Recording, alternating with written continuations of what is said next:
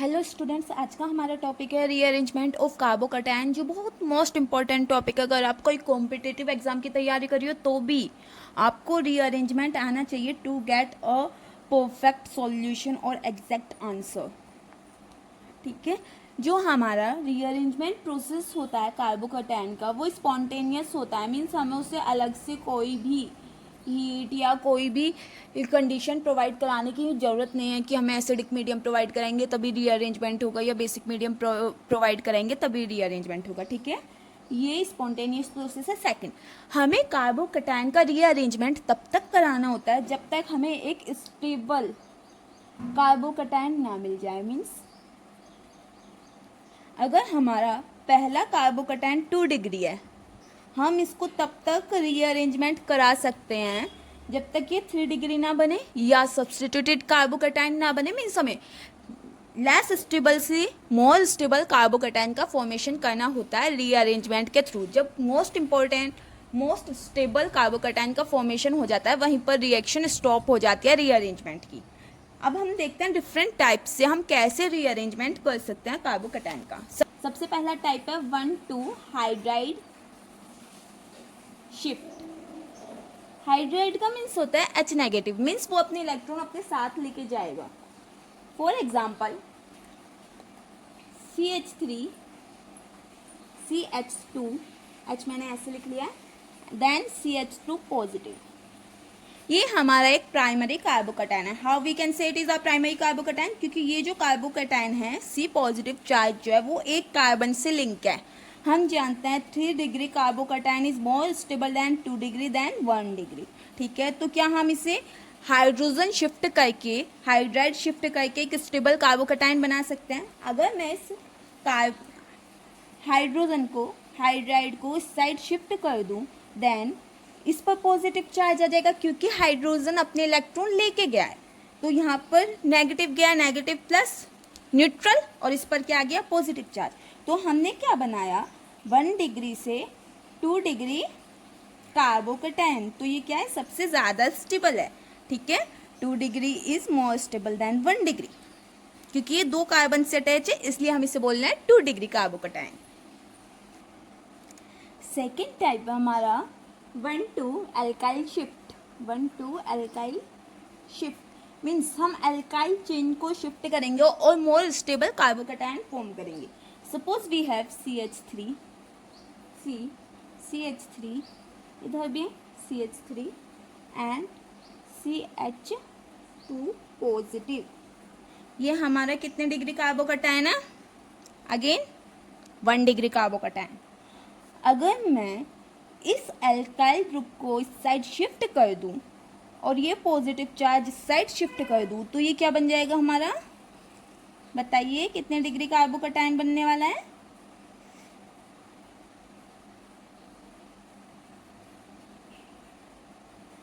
One two three 3 degree carbocation का formation होगा। हमें पता है 3 डिग्री सबसे ज्यादा स्टेबल है। क्लियर। नेक्स्ट टाइप आता है आपका रिंग एक्सपेंशन। रिंग एक्सपेंशन, देखो बच्चों, ये बात जब हमने कार्बोकैटायन के स्टेबिलिटी की सीरीज देखी थी कि हम कैसे फाइंड करें कि कौन सबसे ज़्यादा स्टेबल कार्बोकैटायन है, वहाँ पे मैंने ये सब चीज़ें आपको एक्सप्लेन की थी कि कौन से इफेक्ट कब लगता है। तो देखो, suppose we have a 4 membered ring और उसके पास एक कार्बोकैटायन है, कार्बन के पास कार्बोकैटायन है, और we can write this like CH2 positive. ठीक है, अगर मैं इसका रिंग एक्सटेंशन करा दूं तो ये ज़्यादा स्टेबल होगा। मुझे रिंग एक्सपेंशन कराना ही क्यों है, smaller the ring more electronegative character, lesser the stable of carbocation. इसलिए यहाँ पर हम रिंग एक्सटेंशन कराएंगे। अगर मैं इस एल्काइल चेन को, अगर मैं इसे, इस बॉन्ड को, ये जो बॉन्ड है इसे मैं यहाँ शिफ्ट कर दूँ, तो ये हमारे कितने मेंबर की रिंग बनने वाली है, 1 2 3 4 5। मीन्स ज़्यादा मेंबर की रिंग बनेगी तो ज़्यादा स्टेबल होगी। तो इसलिए हमने इसमें शिफ्ट कराई रिंग एक्सपेंशन। 4 मेंबर से 5 मेंबर रिंग बनी है, इसलिए हमने बोल दिया रिंग एक्सपेंड कर चुकी है। लेकिन इसमें एक केस है, याद रखना हमेशा, इट इज़ एन एक्सेप्शन। मान लो कुछ भी मान लो, जब हमने स्टेबिलिटी की बात की थी, जो आपके इस टाइप के कार्बोकटायन होता है उन्हें हम बोलते हैं मिसलेनियस कार्बोकटायन, और ये हाईली स्टेबल इन नेचर होता है। ये कभी भी 3 मेंबर से 4 मेंबर रिंग में नहीं जाएगा। इसकी हमने बात की थी कि ये जो डबल बनाना बॉन्ड होता है, डबल डांस बनाना बॉन्ड होता है, उसे हम डांसिंग बॉन्ड बोलते हैं, जिसकी वजह से इस रिंग में स्टेबिलिटी आई होती है। Next type ring contraction. Third fourth हमारा मेजर फोकस होना चाहिए कि हमें मोस्ट स्टेबल कार्बोकटायन का फॉर्मेशन करना है। Ring contraction. अब देखो अगेन वही है, अगर मेरे पास कोई इस टाइप की 4 मेंबर्ड रिंग है तो क्या मैं इसे मिसलेनियस कंपाउंड में चेंज कर सकती हूँ जो हमारा ज़्यादा स्टेबल होता है? Then I need to shift this bond to this position, then positive charge comes here, it will become like this miscellaneous compound।